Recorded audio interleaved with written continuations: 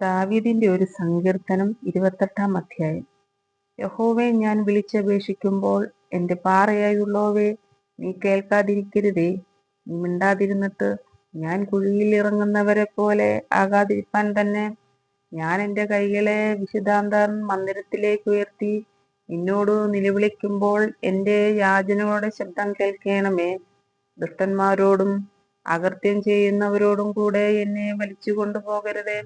അവർ കൂട്ടുകാരോട് സമാധാനം സംസാരിക്കുന്നു, എങ്കിലും അവരുടെ ഹൃദയത്തിൽ ദുഷ്ടതയുണ്ട്. അവരുടെ ക്രിയയ്ക്ക് തക്കവണ്ണവും പ്രവൃത്തികളുടെ ദുഷ്ടതയ്ക്കു തക്കവണ്ണവും അവർക്ക് കൊടുക്കണമേ. അവരുടെ കൈകളുടെ പ്രവൃത്തി പോലെ അവരോട് ചെയ്യണമേ. അവർക്കു തക്കതായ പ്രതിഫലം കൊടുക്കണമേ. യഹോവയുടെ പ്രവൃത്തികളെയും അവന്റെ കൈവേലയെയും അവർ വിവേചിക്കയായ്കൊണ്ട് അവൻ അവരെ പണിയാതെ ഇടിച്ചു കളയും. യഹോവ വാഴ്ത്തപ്പെട്ടവനാകട്ടെ. അവൻ എന്റെ യാചനകളുടെ ശബ്ദം കേട്ടിരിക്കുന്നു. യഹോവ എന്റെ ബലവും എന്റെ പരിചയും ആകുന്നു. എന്റെ ഹൃദയം അവങ്കൽ ആശ്രയിച്ചു, എനിക്ക് സഹായവും ലഭിച്ചു.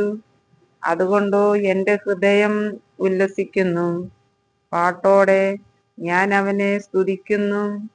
യഹോവേ തന്റെ ജനത്തിന്റെ ബലമാകുന്നു. തന്റെ അഭിഷക്തന് അവൻ രക്ഷാദുർഗം തന്നെ. നിന്റെ ജനത്തെ രക്ഷിച്ചു നിന്റെ അവകാശത്തെ അനുഗ്രഹിക്കണമേ. അവരെ മേയിച്ച് എന്നേക്കും അവരെ വഹിക്കണമേ. ആമേൻ.